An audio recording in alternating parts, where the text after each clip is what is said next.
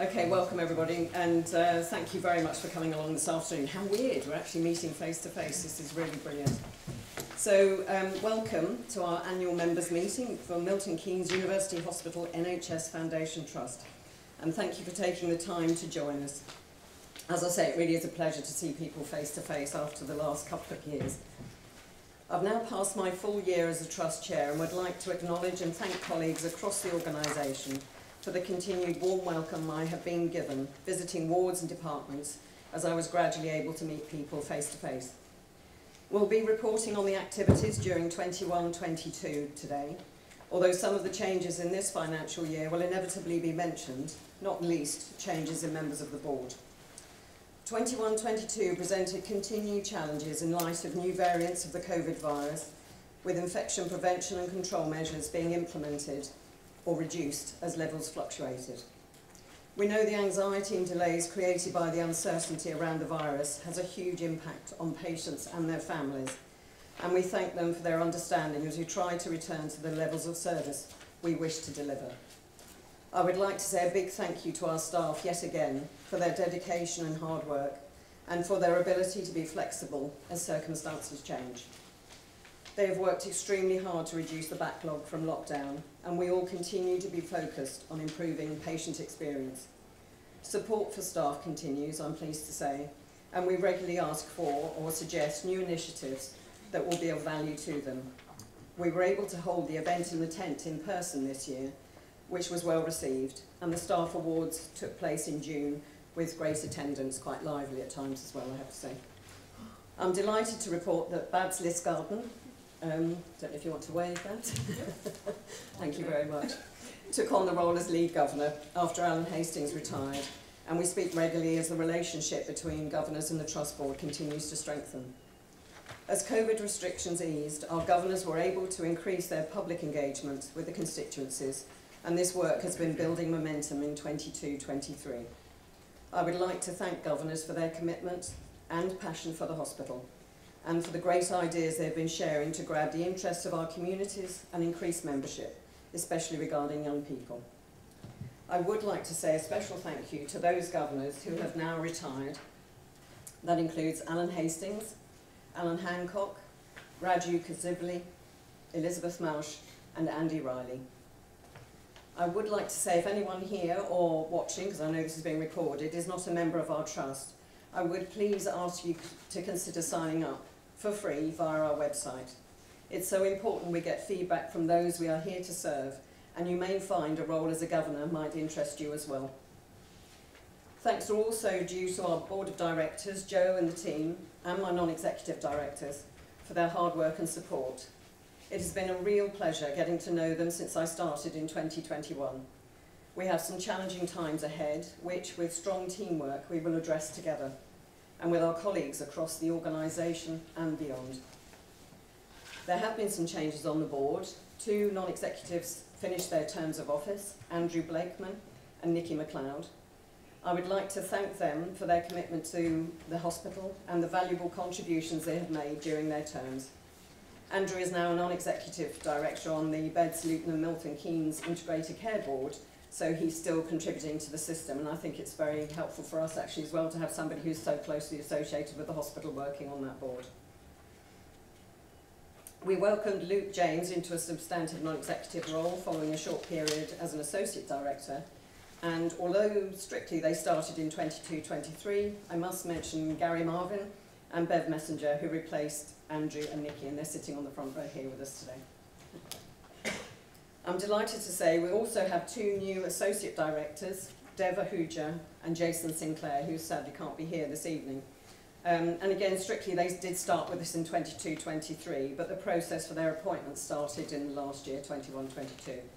It's our ambition to have associate posts going forward to provide an opportunity for people to gain experience and insight into the role of a non-executive director, and more importantly, to enhance the diversity on our board.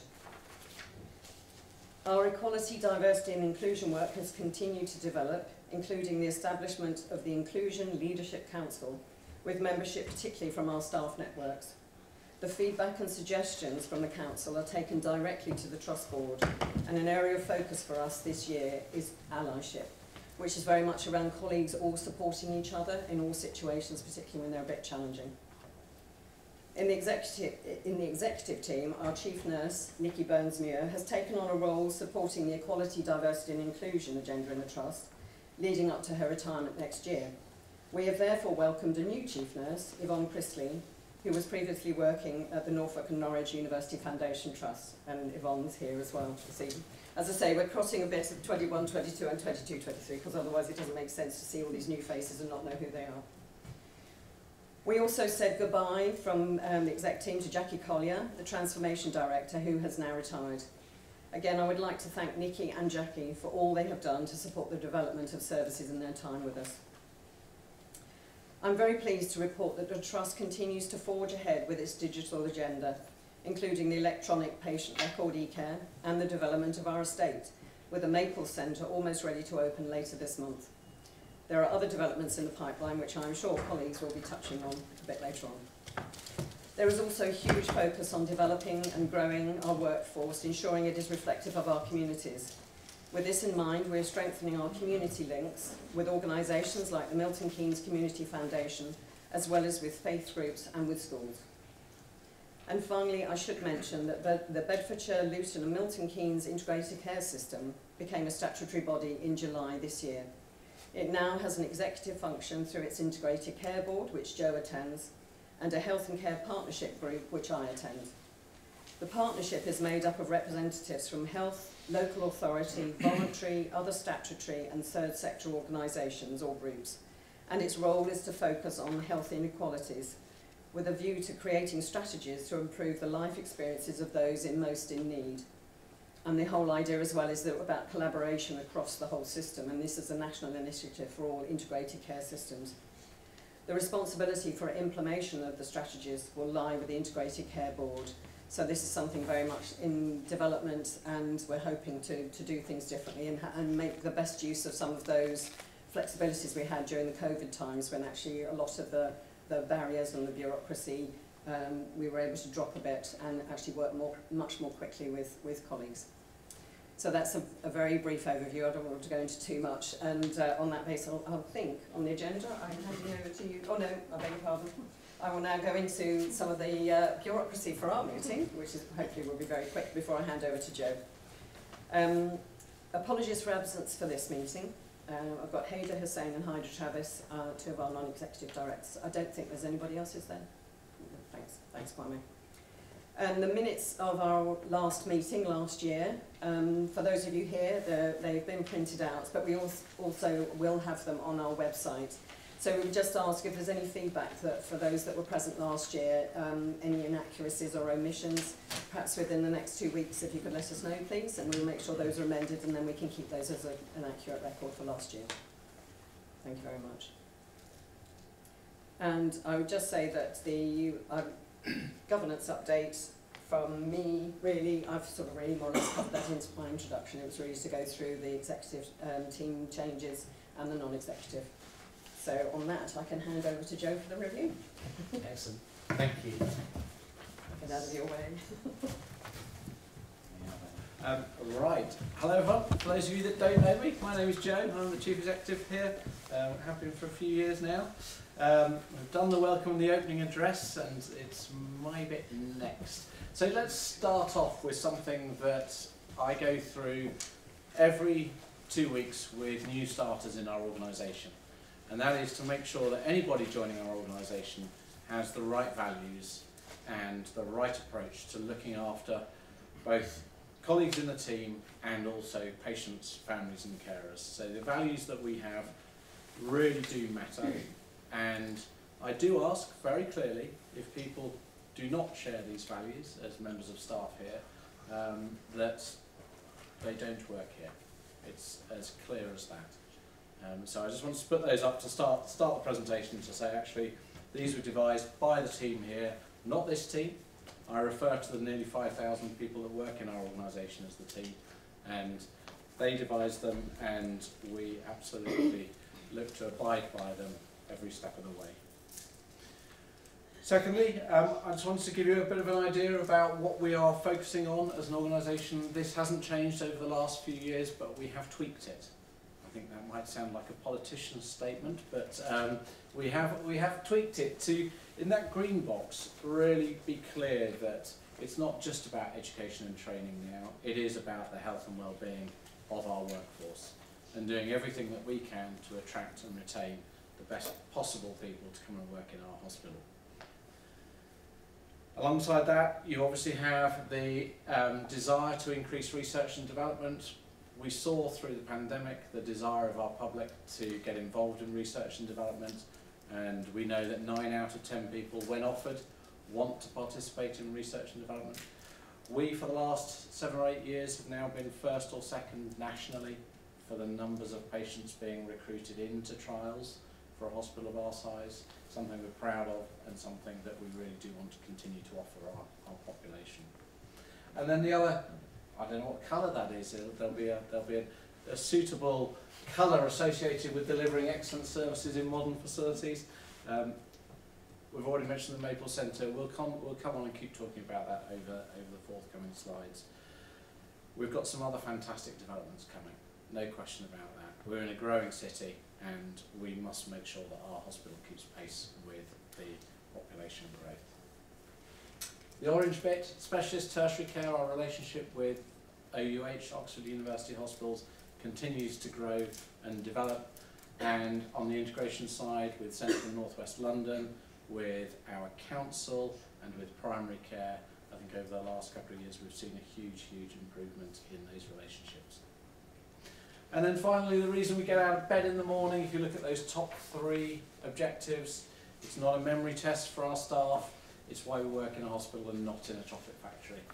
It is about the safety of our patients, it is about the experience that patients have when they come here alongside their families and carers, and it is about making sure we are giving those patients the most effective treatments.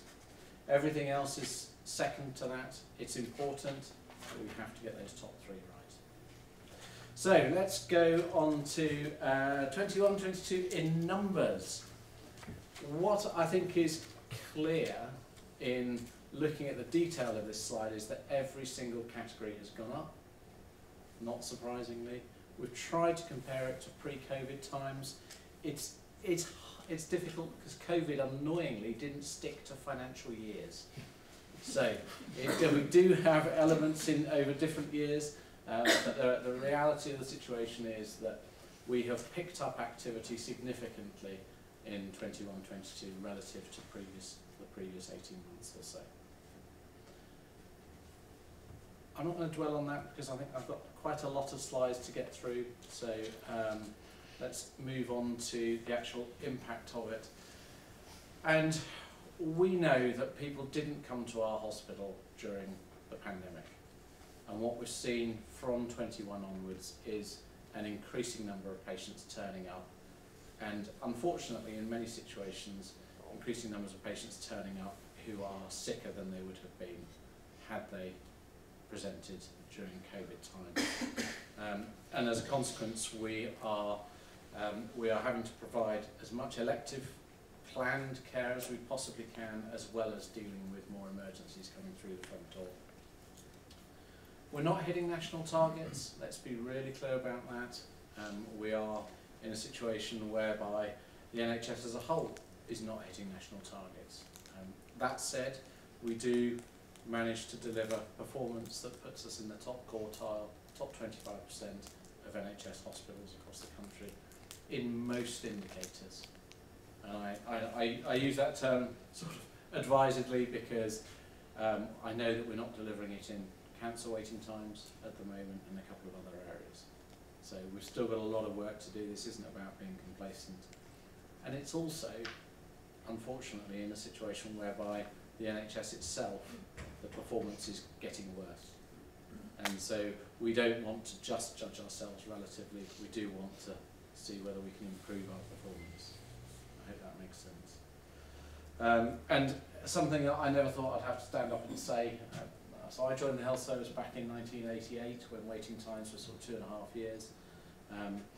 The NHS has unfortunately gone back to those times of having really, really long waiting times. We did achieve the target set to have no patients waiting more than 104 weeks. It's too long. We recognise that, we know that, which is why we're trying so hard to treat as many patients as we possibly can.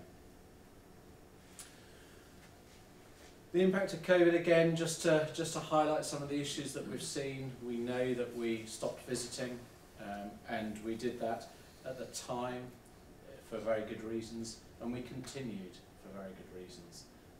We do recognise, as somebody who wasn't able to visit their very sick parents because of COVID, we do recognise the impact that's had on families, and it appears with COVID rates going up again now, we may very well see ourselves having to reimpose further restrictions. Every time we do it, we use clinical judgment, clinical decision making to try and ensure that we do the best for our patients, families and carers. It's not a bureaucratic decision, it's one taken with clinicians at the table informing that very clearly. We also know that we've had a number of staff who've had to shield for long periods of time, bringing those individuals back into the workforce and making sure that the team here feels safe and are able to look after our patients, are able to work with their colleagues. It has been very challenging, as you would expect. The team of circa 5,000 people have done a good job, no question about that, and there's a lot more that we can do, and we'll come on to that in a bit. I'm not going to go through every single slide, every single bullet point on the slide. I'm assuming that people will read them, and I also assume, and I'll look at Jacob and Louis at this point, that I'll put these slides out for people to look at in their own time. We were really, really proud to be chosen as one of the 8 national vaccination centres at the very start of the vaccination process. It came to an end back in November 21. You will probably have seen from downstairs when you came in that we are now going through another process of vaccination. It's either the 5th or 6th for some people, depending, and we will continue to vaccinate staff and over 50s as we are required to do so. I have to say again, this is it's interesting, so many people came forward to help with the vaccination process, not just clinical staff, all manner of professionals came forward to help, and it really was a brilliant achievement to get so many people to make sure that so many of our patients' staff got vaccinated. We haven't stood still either in terms of developments. Going back to that objectives slide, one of our objectives is to make sure that we treat our patients with some of the most effective treatments. We became the first hospital in the country to bring in the 2nd generation robot of CMR, and we are now the largest performer of gynecology surgery in Europe. I'm going to look at Ian and just check that that is the case. We certainly were about 3 weeks ago. I don't know if we've been overtaken recently. But again, for a hospital the size of Milton Keynes, we continually surprise ourselves by punching above our weight and having different teams doing amazing things. And we've spread the use of the robot now so that it is being used 5 days a week by different specialties. And there's already conversations started about when do we get the second one. And for those of you that don't know, this isn't about robots operating on patients. It is about making sure the consultant is in the room being supported by surgical robotic techniques to carry out the operations. The surgeon is there. As quite often it seems to be the case, is a Secretary of State or a Prime Minister. We seem to attract visitors here. I think the other important thing here is that we are recognised nationally for the work that we do on our digital work, and Alison mentioned it earlier, and we continue to implement digital solutions for all manner of areas in the organisation, and that then gets copied across the NHS.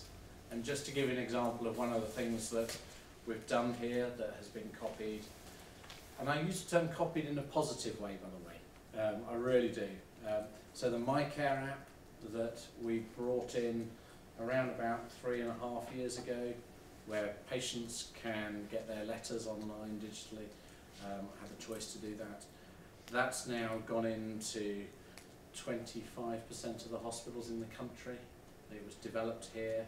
And before anybody commercially asked the question about commercials, yes, we obviously got into a commercial arrangement so that we could bring money into Milton Keynes to support that. And it's saved us sending out hundreds of thousands of letters already. So it's a very, people worry about technology. If we can use it in the right way and give patients the choice, then it's absolutely the right thing to do. I've mentioned staff quite a few times already. Delighted to say that some of the work that we've been doing over the last few years is starting to pay dividends in what our staff are saying about coming to work here. And we were the best nationally, can you believe, for people looking forward to coming to work. Good old Milton Keynes. People actually said #1 in the country for that.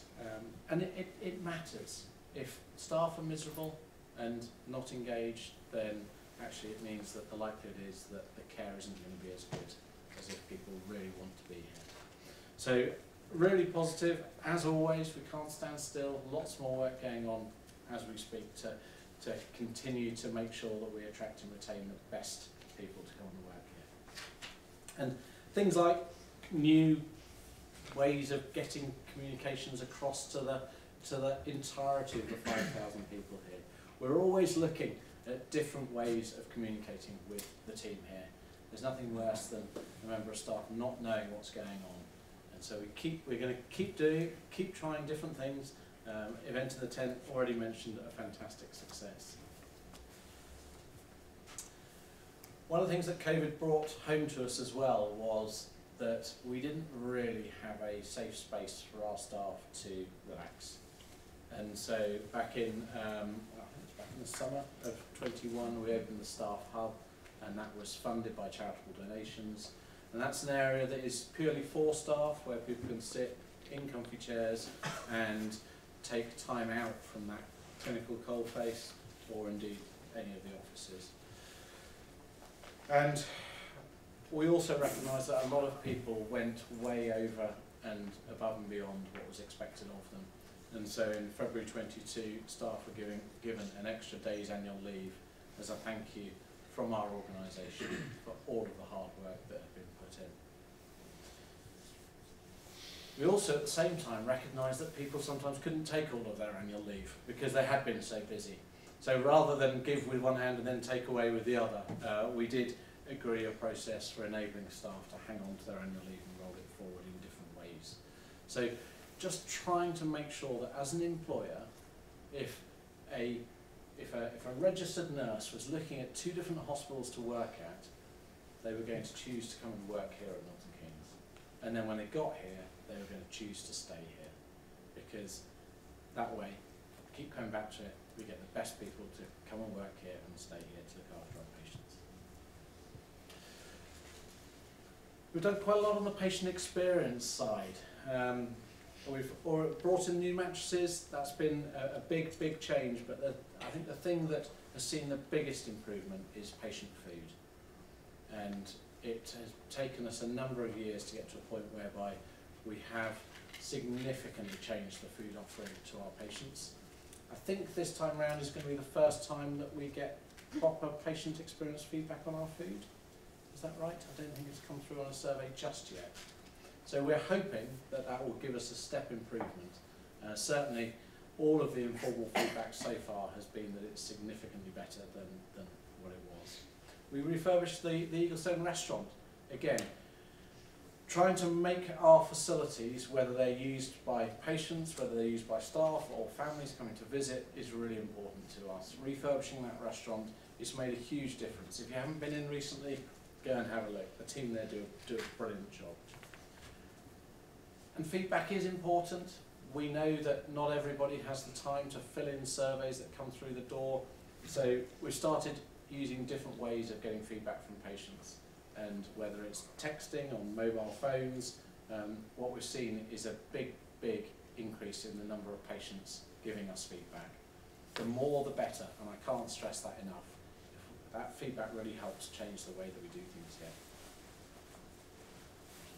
So, digital advances, I've talked a little bit about this. I think probably the In 21-22, the big change that we made was implementing the third phase of our electronic patient record. And that then took theatres, anaesthetics, paediatrics and ICU, all paperless. And you might think, well, actually, paper's great. Why on earth do you make such a big thing of it? It matters to our clinicians who can look at this data if they are able to. Don't forget IG, don't forget information governance. They can look at this information anywhere in the hospital and indeed anywhere in the world if they need to.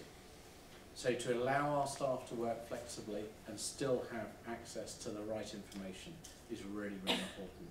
And when a cardiologist turns around to me and says, please, please allow us to continue to use some of the working techniques that we had during COVID, because I'm now able to take my children to school and run an outpatient clinic from home because everything is available to me and I love it. That's the sort of flexibility that we should be able to provide to our staff that work here. We have 120,000 people, more than 120,000 people in Milton Keynes registered on the MyCare portal, and we haven't trained anybody to use it.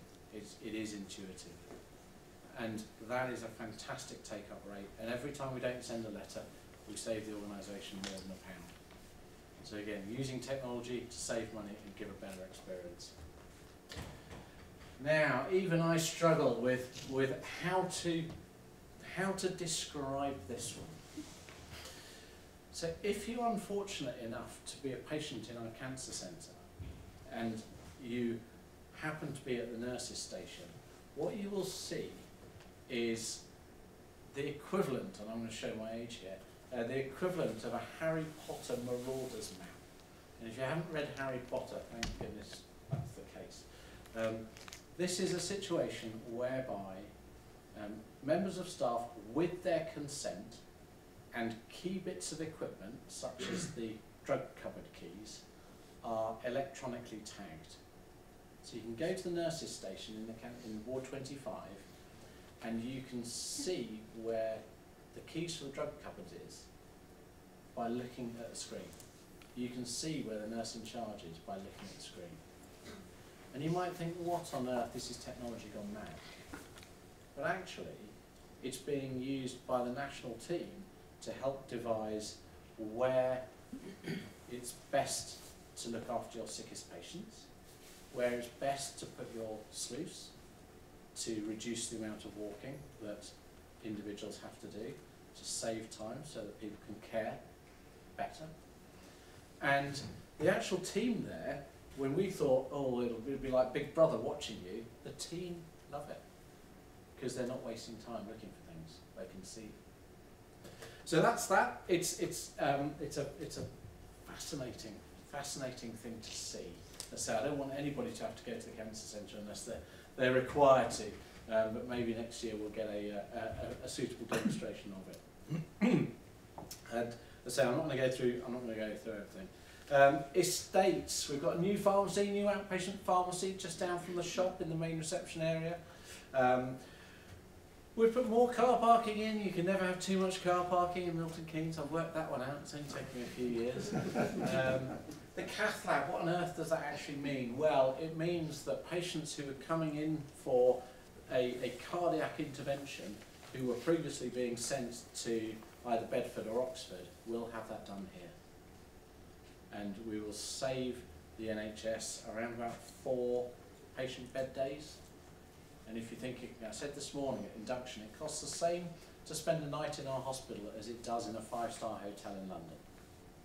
So for every bed day that we save, it's A, better for the patient, and B, better for the NHS.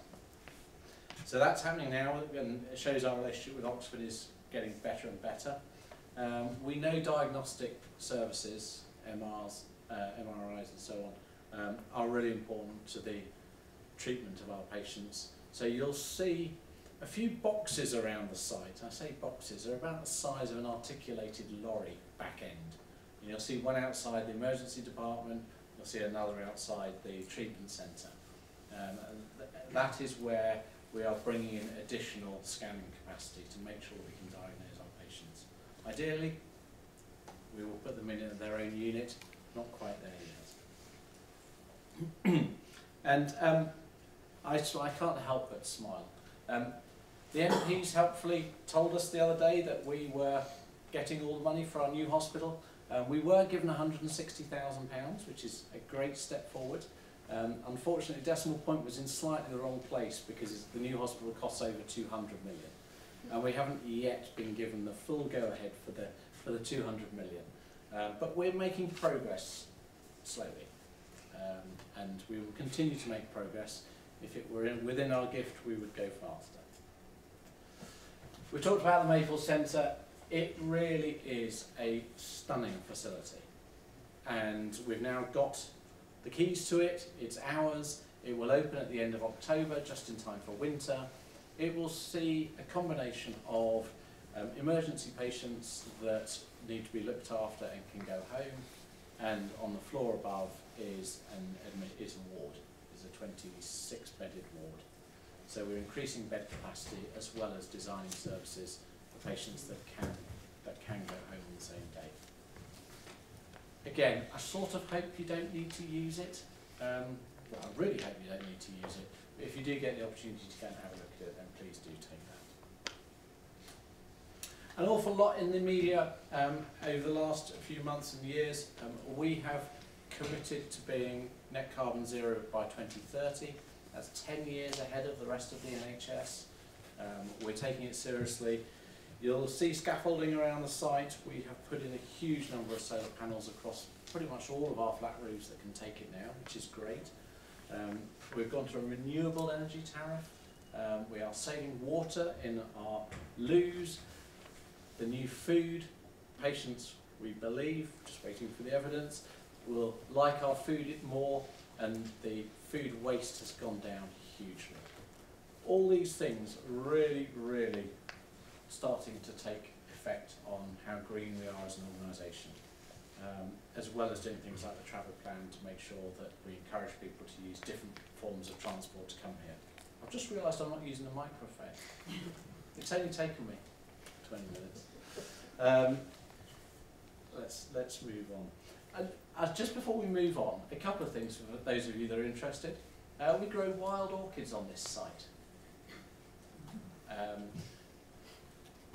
I could almost hear the ooh as I said it. To me, two issues there. One is we have a team of gardeners that are so interested in their job that they take the time and the trouble to come and tell the chief exec about something like that, because they're so proud of the estate and how they look after it. And that sort of thing, joking aside, is absolutely to be encouraged. And the second thing is, we've got the work underway now for the staff allotment.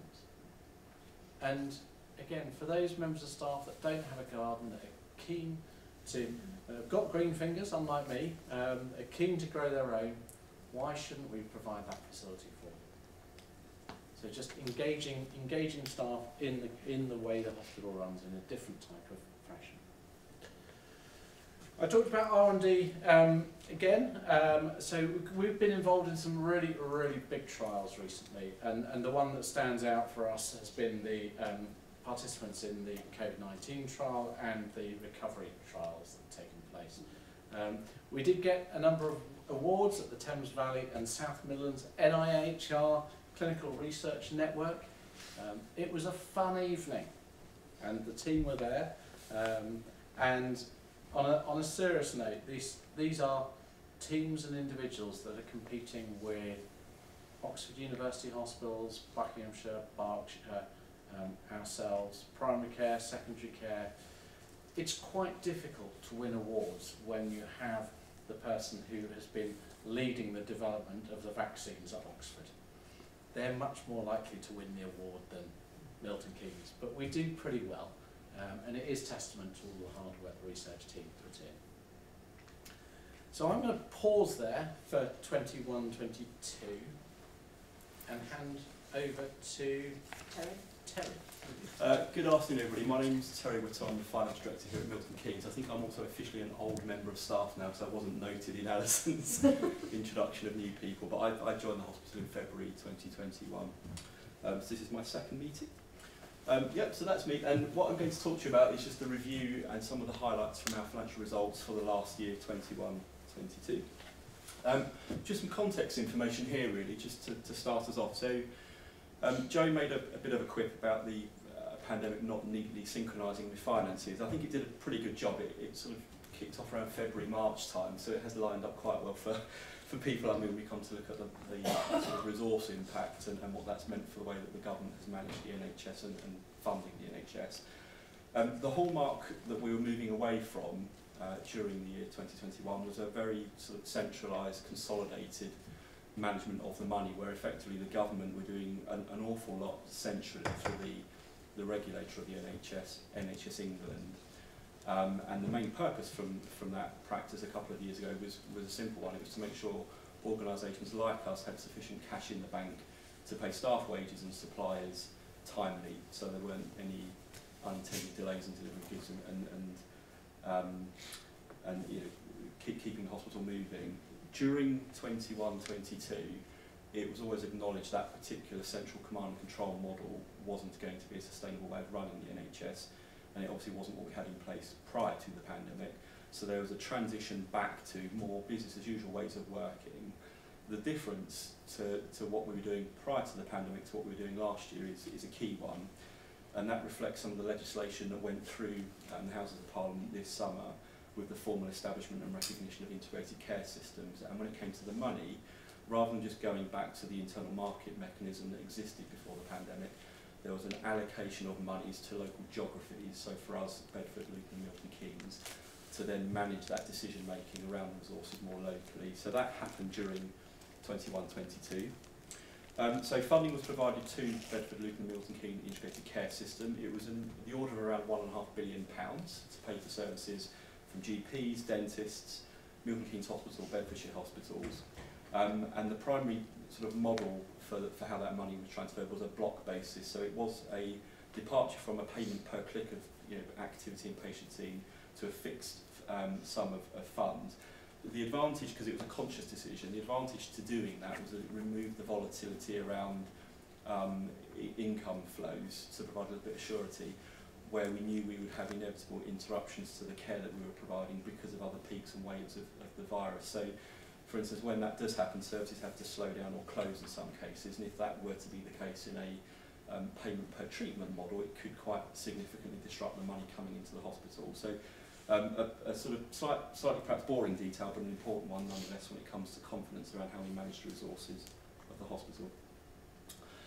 Alongside that block basis, there were some incentives designed in the policies from the national bodies, and the key one, the signature initiative, was around payment on a activity completed basis for treatment of patients waiting on our backlog. So this is money that was provided over and above that block funding base, and it was a very simple incentive to try and make sure that hospitals were investing aggressively, taking bold investment decisions to really motor through and establish extra capacity, be that staffing, diagnostic capacity, theatre sessions, you name it, making sure that monies were flowing to enable those decisions to be taken. So that existed as a policy last year. The final point on here just talks about some of the capital funding sums. So there's often a lot talked about around the shortcomings of capital allocations and decision making in the NHS.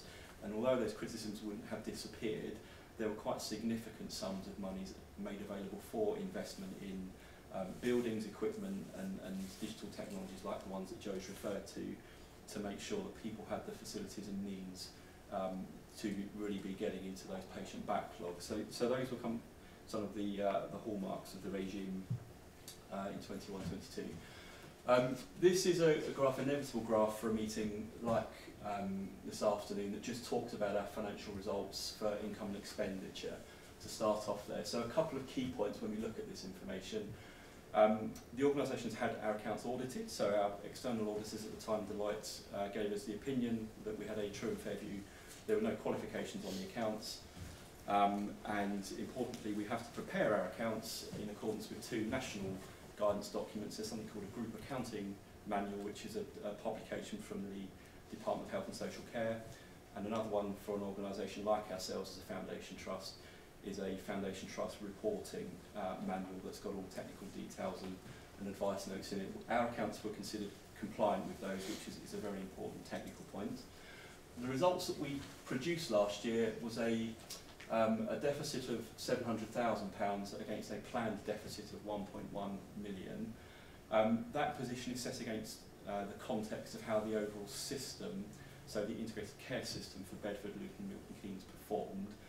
The planning guidance for the last financial year instructed that systems, so the integrated care system geography in aggregate, delivered a balanced break-even plan when you take into account the component performance of individual organisations within that system, and that number was agreed as part of a balanced plan, and the system went on to deliver that position. So that's a really important point, I think, from a credibility standpoint, because it means we deliver what we sign up to deliver as a business plan, and that gives credibility and trust to regulators and system partners.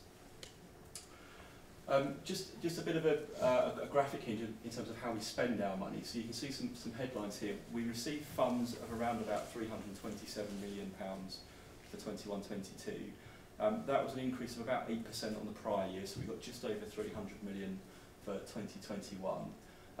A lot of our money, so you can see there, over 80p in the pound, comes from our local commissioning system. So for Bedford, Luton and Milton Keynes Integrated Care Board.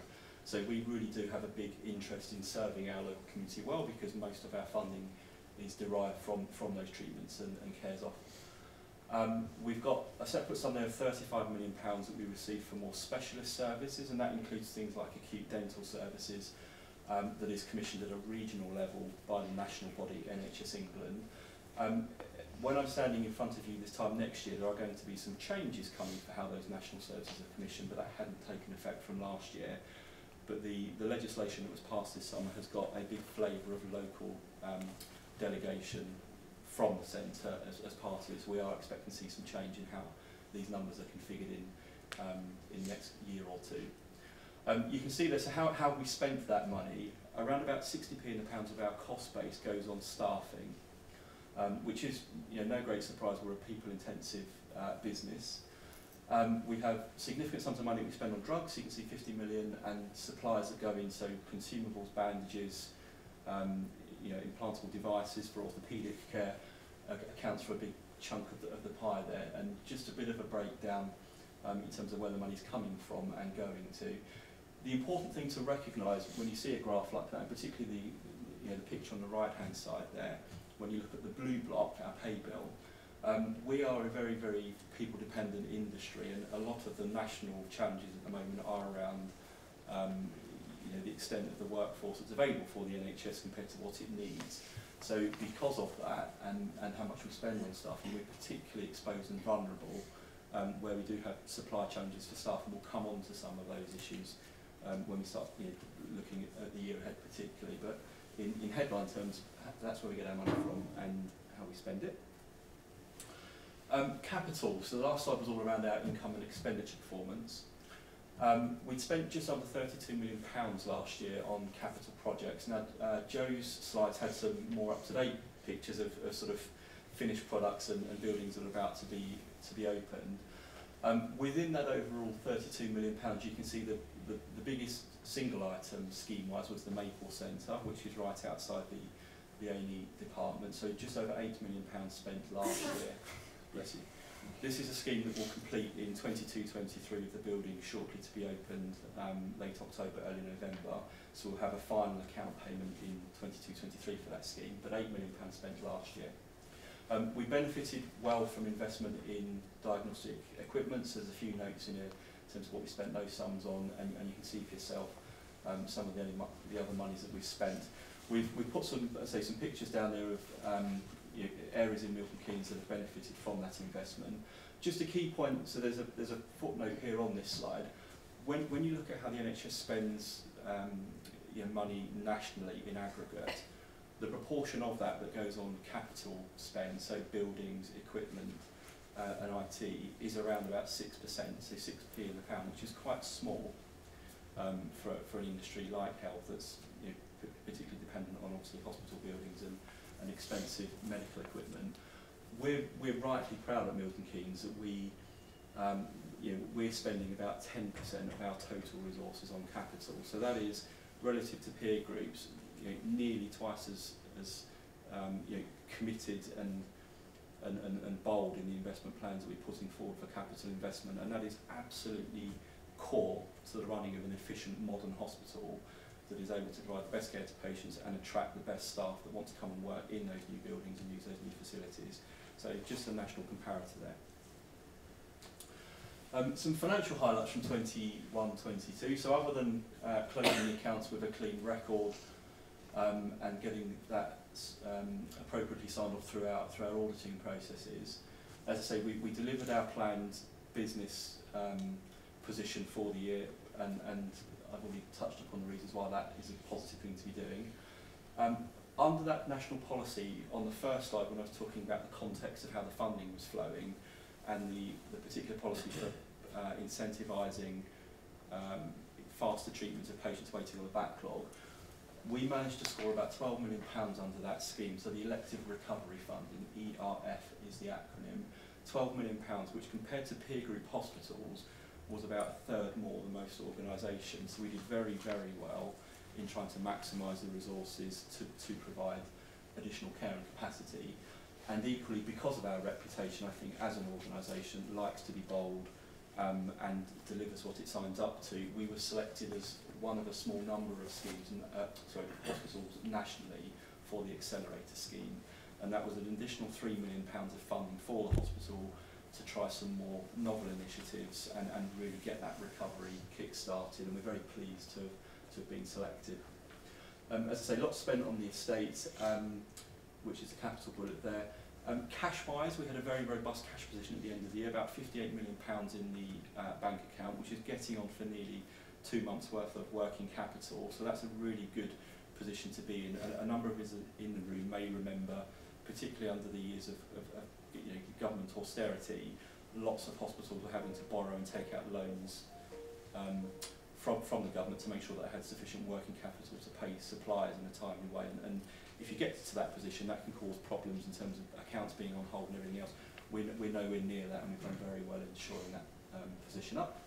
A couple of points there, just so our finance team at the point of writing these slides had applied for our finance accreditation from the NHS Finance Council. So that's a national body that independently assesses the quality and calibre of our team and processes. Last week we got the positive news that we've been awarded that accreditation, so it's really good news for us, and now we're already starting our work towards level 2. And one of our team members who really did go above and beyond during the pandemic was rightly awarded and recognised in a regional event for overcoming adversity. So this is a colleague who in a day job runs our financial management team, but was also helping out all over the hospital with other tasks and services that needed some assistance. So that's a really positive thing that we're incredibly proud of as an organisation. Just as I come towards the end then, so there's some key summary points for our charity position. I'll just draw some attention. I am the finance director, so we still have to get this finally audited and adopted by the charity committee, but you can see on there, in terms of funds brought forward and used during the last year, we had a net movement in funds of just shy of £60,000 for the year, and the bullet points down the left-hand side show some of the very good schemes that money was deployed towards, and each of those in their own right makes a huge difference for our patients and staff. So that was a summary of our charity. I'll steal a little bit of Jo and Alison's thunder, because I do think we have a section on the agenda looking forward for next year, but from a finance perspective and some of the challenges around resources, clearly we're trying to do as many things as we possibly can do to invest in our permanently employed substantive workforce teams, and where we're able to use some of our financial flexibilities to get ourselves ahead in that very competitive market. We're looking at all manner of schemes to try and get ahead, so that's definitely a focus for us. We continue to partner with organisations within the local geographies to make sure that we're utilising independent health capacity, whether that be for theatres, works and diagnostic support. There is a national framework through which all of these Contracts are set and procured, and we're making sure that we take full advantage of that in the interest of our patients. We've got an awful lot of stuff that we're doing on the capital front, very obviously around continued investment in cyber, whether that be for diagnostic facilities, the big centre, that Maple Centre, that's going to be opening now in a number of weeks, and indeed some of the exciting works we're trying to take through with the board and local partners around things like a radiotherapy offer on site. So there's an awful lot going on that we're working on with the teams, and you'll hear hopefully some of the highlights from those things this time next year. Thank you. Thanks very much, Terry. I think, looking at the agenda, I'm going to hand over to Babs. That's for our Governor's report. Thank you very much. Thank you. Just come over here and be out of the way. Right, so on the agenda I saw that I had 15 minutes to talk to you all. Luckily, I don't have that much material. Hi, I'm Babs. I've been a governor since 2019, and it was a couple of months or so before the pandemic hit. So I've been a governor through the time for pandemic, lockdown, and coming out of the other side where we're kind of living alongside COVID. So my experience is that, although my colleagues have got far greater experience being involved in the community and as part of the hospital. Firstly, I'd like to thank the staff of the hospital for the amazing work they've done and the hard work and the effort. And I thank them on behalf of the governors. And I'd like to thank the members as well on behalf of the governors for being involved, continuing to be patient with everything that's happening, and also your continued support. And in terms of the year that's gone past, it's been getting busy for governors. The hospital is more open, there are more things out there in the community for us to be involved in. In terms of the Council of Governors, it's the membership that votes us in. We are accountable to you, and we as a Council of Governors, we help to ensure that the views of the public, patients, staff are given to the trust so that they are aware of what's going on. Any issues that we raise can be taken up by the Trust Board and considered. And relay first-hand experience from our own use of the hospital and that of people that speak to us. And we get this information in various ways through our social media profiles, just being out and about. I know personally that within the first year of being a governor, I got contacted a couple of times via my own LinkedIn profile, because I put there that I was a governor and a volunteer, and asked to resolve some situations. And some of this, one of the particular situations was something that happened at the Bedford Hospital, but there was a link with Milton Keynes that that person wanted me to be involved in. As you can see, this is the list of the governors. You can see that we have 26 positions. Not all of them are filled. However, I'm not surprised, actually, because it's been quite tough in the current climate in terms of getting people involved, making everyone aware, making the membership aware that there's lots of things to do and to get involved and maybe even become a governor themselves. I'd like to welcome 3 new governors, Martin Nevin, Shirley Moon, both public governors, and also Keith McLean, who's our appointed governor representative. And it's great that people are giving up their time to be involved. Now, I have been lead governor since last year. It's only been a year that I've been lead governor. And I will say that having a full-time job, also having 2 children, one is a 16-year-old, one is a 3-year-old, so I've got the whole gamut. And trying to be available for the informal meetings that start sometimes 10 o'clock, being available for these meetings, sometimes having to take holiday, my own holiday, to attend, to give up that time, because it's useful. And before becoming a governor, I could say that I got all these leaflets through the door. Elections, please get involved. And I said, oh, I might do that one day. And then one day I thought, I've been putting this off for years now, so I'll throw my hat into the ring. I wrote a bit. I didn't think anyone would take any notice, because I was like, what do I write? How do I stand up against the incumbent?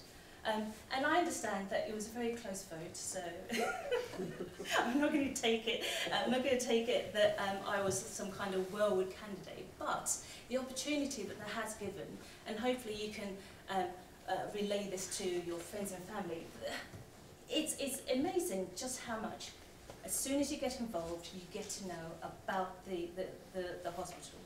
And I think that's one of the issues that we have as governors in getting that information out to our friends and families, also just ordinary members of the public. I put a post out because I live in Newton Leeds. In the Newton Leeds community group, I'm a governor, this is what I do, and I got quite a few comments back saying, oh, but how do you get involved with the hospital? How do I become a member? Then private messages saying, oh, I've got this issue and that issue for whatever reason. I would count, I think I forwarded about 3 compliments. You don't get those. I can't walk into the street and say to someone, excuse me, do you know the hospital? I'm a governor there, I'm also a member. Do you know what's going on? Because people go about their lives, and we have to take this into account.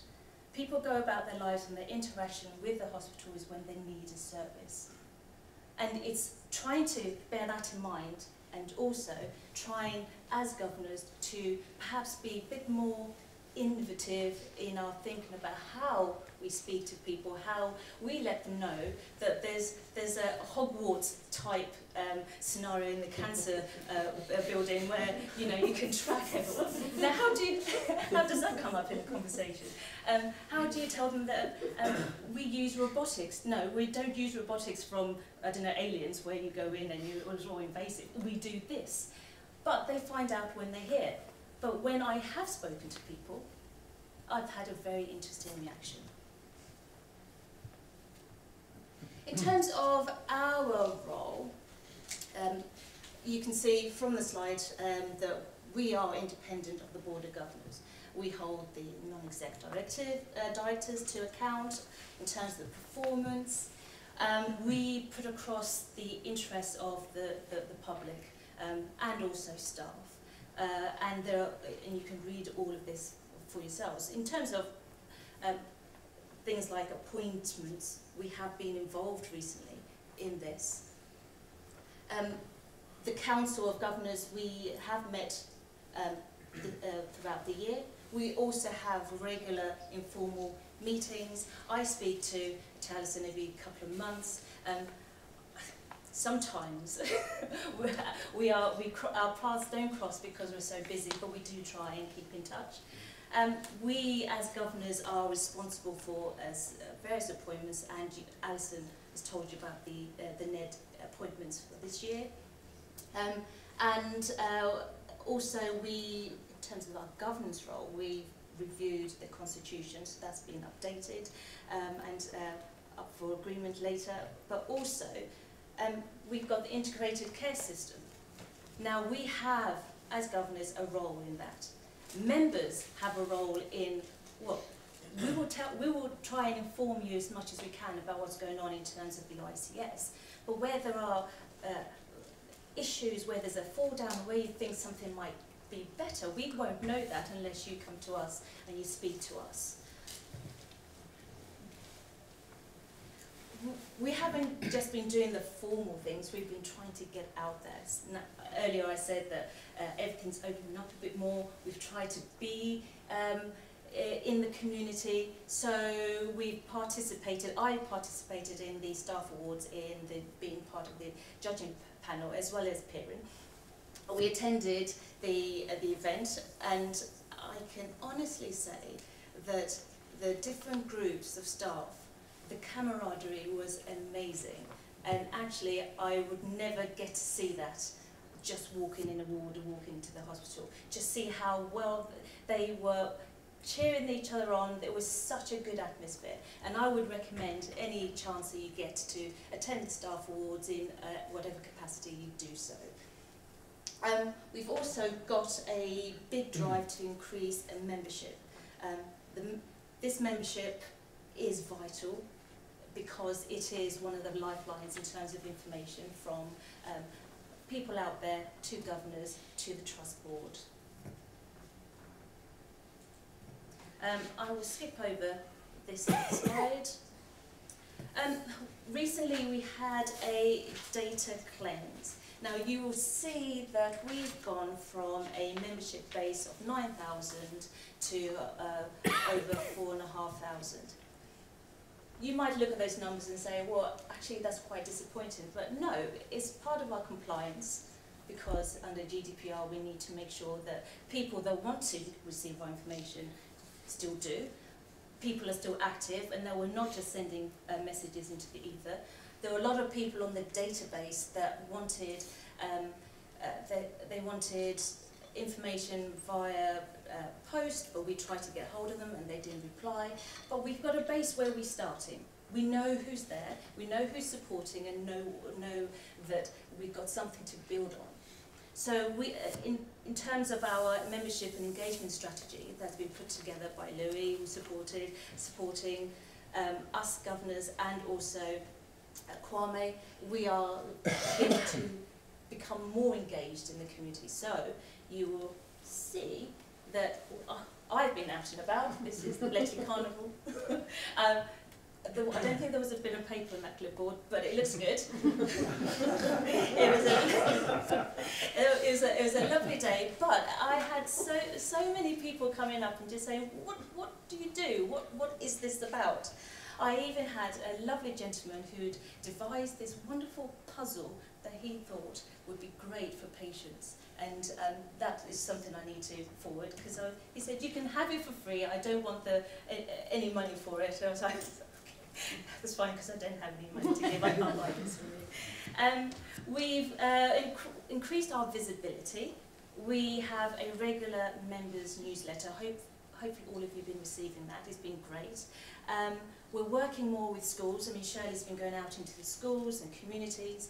I went to my son's a careers event where, because I'm a lawyer by background, I work in renewable energy, and I was talking about my company and everything else. And then I said, also I'm a governor. If any of you are interested in going into medical field, or you just want to know a bit more about what happens in hospitals in different areas, become members.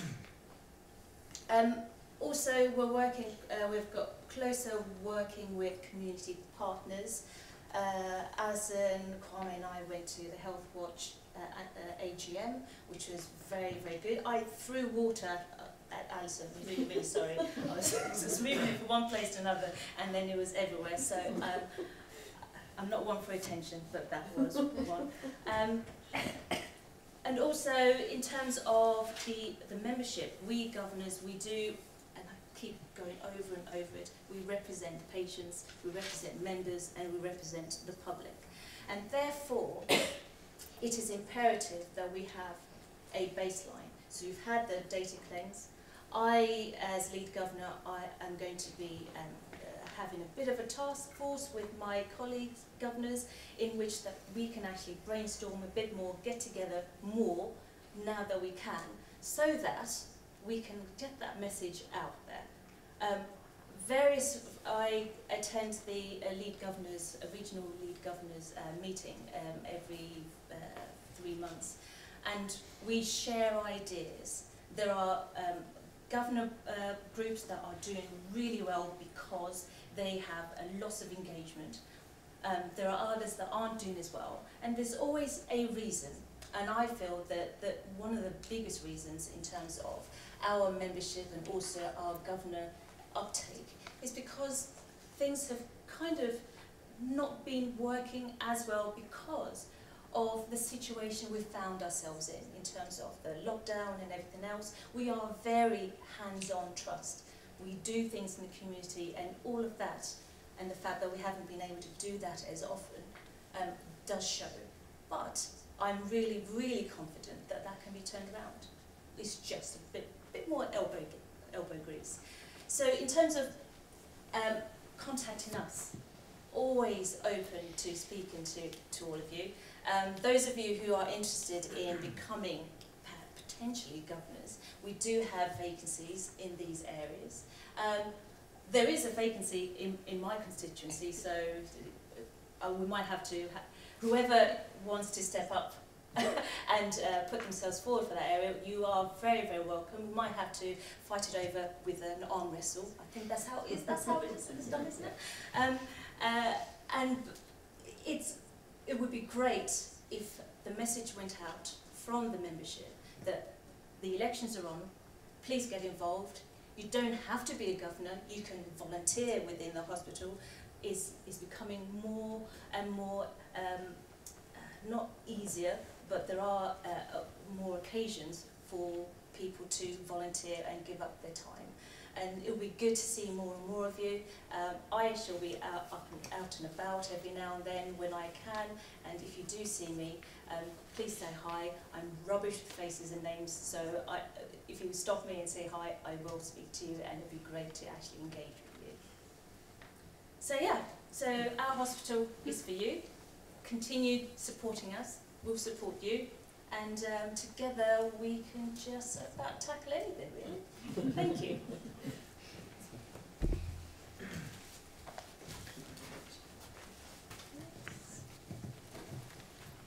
Thank you very much. That's brilliant. Thank you. So that gives you a really good overview, I think, of life as a governor. And yeah, there's more members that we can get, the better, really. So please, yeah, anybody watching and those in the room, please do join if you haven't already. Going back to the agenda, then sounds a bit of a it feels a bit of a come down after all that excitement, actually. Just for ratification, we have the amended constitution that's been to the Board of Governors, Council of Governors, sorry, who have approved it, and it will be on our website as well. But that's just to let everybody know that those amendments have gone through and we're ratifying it here today. So, as I say, a bit like the minutes earlier on, if anybody have any questions, if they look at it on the website, then please do let us know. And then I just hand over back to Joe for the year ahead. It's going to get busier, no question about that at all. And if you think pre-pandemic to where we are now, our planned waiting list has doubled. So we've got a job to do. We've got a serious job to do. We will carry on investing in our staff, we'll carry on investing in facilities, and we'll carry on looking at different ways of doing things. But I do need to be very clear that we have a proper job to do. The population is growing, and it's going to be tough. I think we're all in, absolutely, but it's going to be tough. Let's see if we've got some good news. I said at the start about our values, and those have been in place now for about 6 or 7 years. So now this is about saying, okay, let's have another look at those. Let's make sure that they're consistent with where we are as an organisation, what we want to do, and how people are feeling and believing in what we can do. So we've got a whole piece of work going on at the moment about behaviours and how we manage our organisation. We'll report on that next year, and everybody, the staff members will be involved in that, the staff governors, and I can guarantee you it will not be done from my office or the office of the executives. It is about involving the organisation as a whole. Talking about involving the organisation, we have launched a whole new recruitment and retention way of doing things here at Milton Keynes. The joy of being here for nearly 10 years is that you look back and you think, okay, we need to refresh this, we need to actually do things a bit differently and try a few different things. So the recruitment and retention piece, we know that we are looked at by other parts of the NHS who think that we're doing some amazing things. We also know we're a bit British and we don't really shout about those things. Well, actually, in a time when you want to attract and retain the best, we need to be more vocal about it. We need to be able to say to people, come and work in MK, come and work in Milton. It's a great place to work and it's a great hospital. So we've been launching that. and checking back with our staff, the people that work here, about what really matters to them. Key element, the reason why we get up in the morning, safety experience of our patients here. A couple of things on there that hide the huge amount of work that's going on. We know that we still have situations here where we harm patients when they're in our hospital, and we really do need to make sure that we do everything that we can to focus on no harm. We know that Milton Keynes is getting older. When I arrived here, we were one of only 2 hospitals in the country that didn't have a care of the elderly service, because back in the early 70s, everybody was young and bright. Everybody's young and bright in spirit and mind now, but not necessarily in age. And so we've got to prepare. We've got to prepare for a growing population of elderly and frail patients, which is what we're doing. Pediatrics, the number of children in Milton Keynes has gone up by 30% in the last 7 years. Our city is growing. We've got to make sure that we grow with it. And maternity, even though our numbers of births have remained fairly flat over the last 10 years, very flat, 3,600 in the year that I arrived, 3,700 last year, likely to be 3,700 this year. So pretty flat.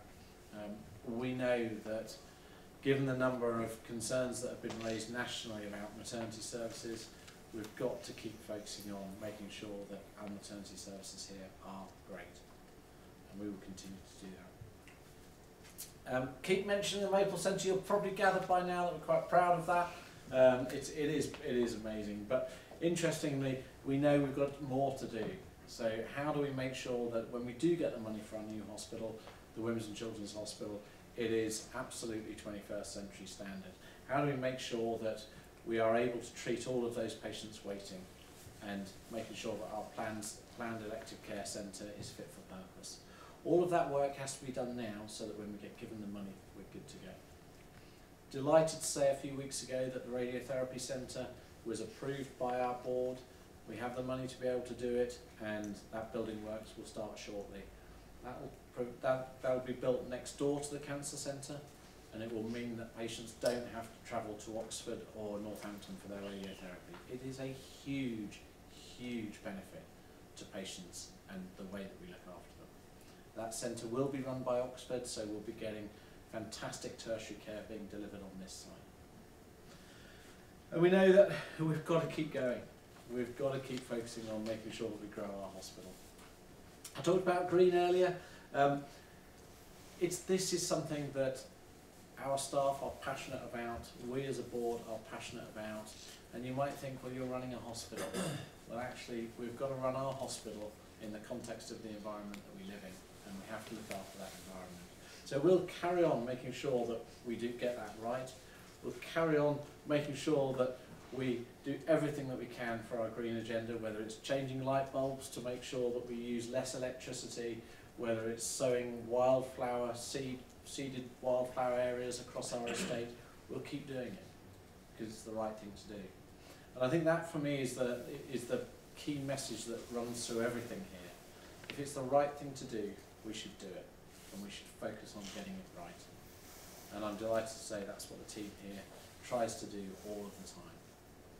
So on that note, I want to say a really, really big thank you to all of the team here that have done such an amazing job, not just in 21-22, but over this year as well. Babs, thank you very much indeed as our lead governor. Really, really appreciate both what you said here this evening and all of the work that you do to support the hospital with the governors. And our volunteers, unfortunately some of our volunteers weren't able to come into the hospital during COVID. We've now got a real task to build up our volunteer network who do a fantastic job. They really, really do. So big, big thank you to them, and obviously those that support our charity. Our charity continues to raise money successfully every year, and we've got some fantastic donors coming forward now. Big, big thank you to that team, and to the community that support the team that works here. It really is appreciated. I know it's not easy when people are waiting longer than they want to, and we know that we want to treat as many people as we possibly can, as quickly as we can. So a big, big thank you to our community for the support that you provide to us. I'm going to stop there. Thank you. Thanks, Joe. Thank you very much. I don't know whether you want to hang around, because there were a couple of questions that Yes, have been sent. Yeah. I'm not off to the pub, I don't know. I don't know whether yes, Emma will be will involved as well. But yes, anyway, we've had a couple of questions sent in. I'm sorry, I'm beginning to lose my voice a bit, so I will try and speak up. Yeah, I wouldn't mind actually. What I'll do actually is I'll read them out just so you know what the questions actually were, and then Joe or perhaps one of our exec colleagues will come back with an. This is the lottery that I love. It's all the execs are looking at. Don't pick me. Please don't pick me. This question is from Brian Linton, who's actually in our audience today. He says, frequently in the news we hear of delays in the discharge of ambulance patients being discharged into the care of hospital A&E departments. On the hospital campus we have the hospital itself, the Foundation Trust, Central and North West London NHS Foundation Trust, East of England Ambulance Service, I think that's actually South and Central, isn't it? Ambulance Service, yeah, and the Urgent Care Centre. For discharge of patients, there is reliance on availability of local care in homes or return to domestic facilities. How much of the delays in processing, and puts that in inverted commas, processing patients is attributable to this diversification of the management with associated divisions of finances, and how is this being assessed? I think that's in terms of, Brian, can I just add, that's in terms of all the different organisations working independently. Yeah. The government receives very detailed reports with associated graphs and charts, statistical analyses, etc. from each organisation. But where is there an overall analysis, and do the various organisations combine to produce a unified assessment or report to government to seek improved unified support? Thank you. I will hand over to Emma in a moment. I'm not getting my phone out, I'm not doing my emails. I did make a few notes earlier on. First thing to say is that the relationship that we have with our partners, be that South Central Ambulance Services, Central North West London, Primary Care, Council, are very good. And I wouldn't say that if they weren't, I would just ignore that bit. So they are good, and our ambulance service really does enjoy coming here, if I can say that. Because the ability for ambulances to offload their patients to the emergency department here is relatively very regular indeed.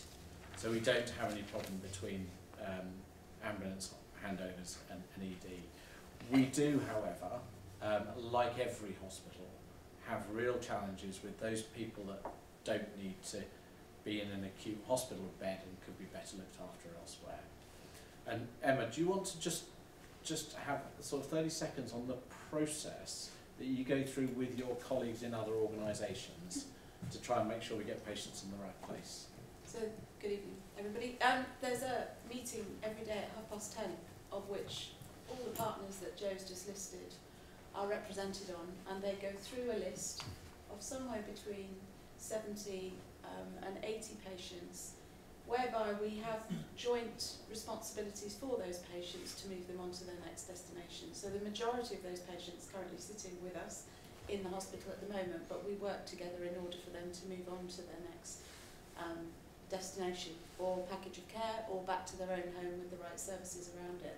So I think there's a very collegiate approach in doing that. As I say, it's a daily meeting, Monday to Friday, the 5 working days of the week.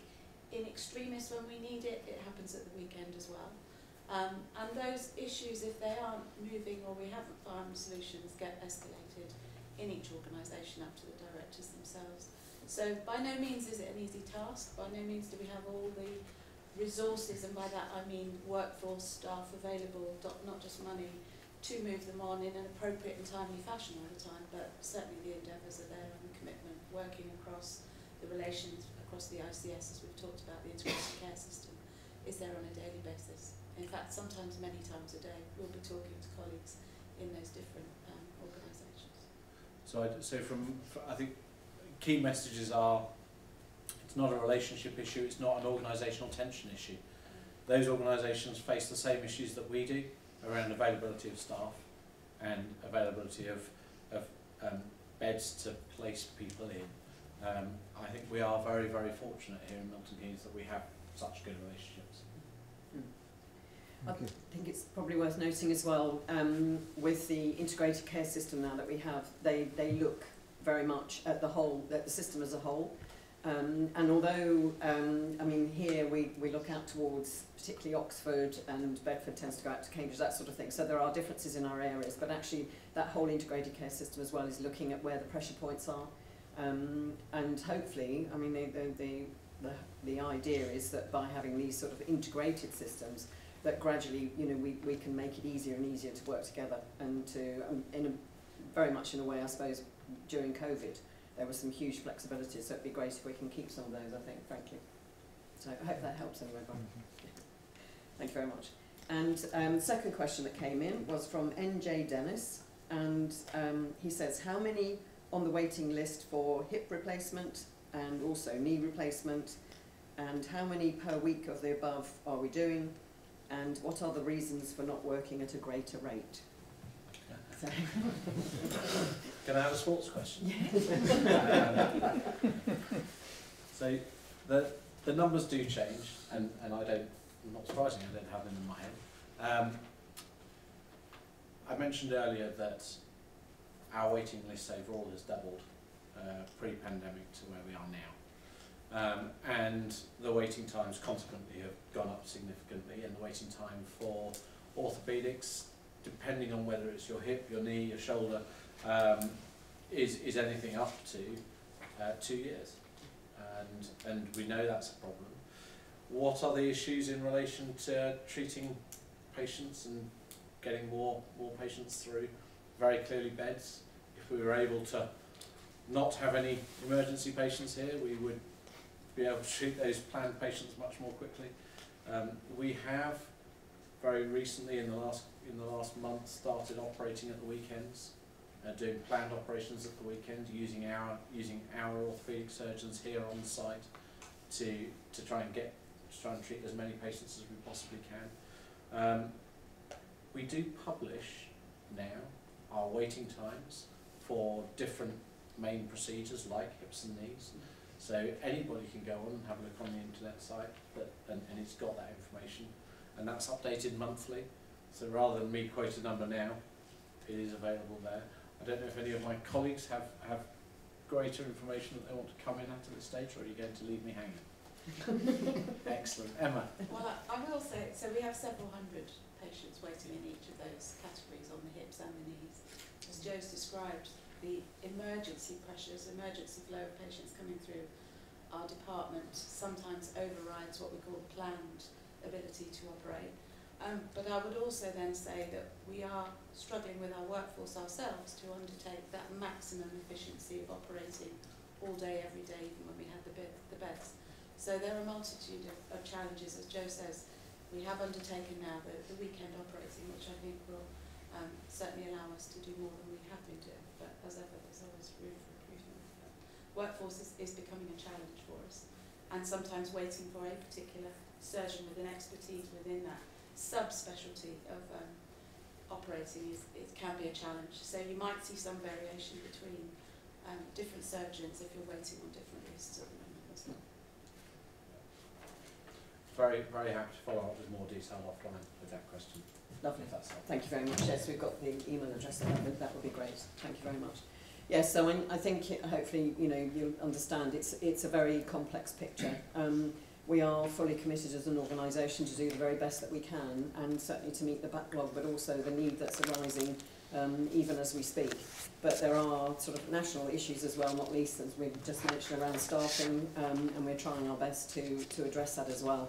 And obviously, as members of the organisation as well, we would very happily support you in any encouragement you want to give to people who might want to come and work with us and take up some of the posts that we desperately need to fill. But it's something we will constantly work on.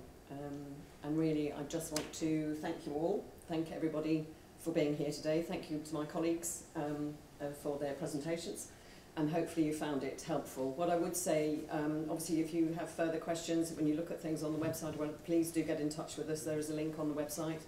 We're very happy to answer questions, and also we have a meeting in public every couple of months. There's an opportunity there as well. The papers go out. If you have any questions, then please do let us know. It usually goes through Trust Secretariat through Kwame and Julia, who will gather those questions up, and then we will try and address those in the meetings that we have. Hopefully I haven't forgotten anything, but thank you all very much for your time. It's great to see you all. Hopefully we'll be here in person next year. Julia.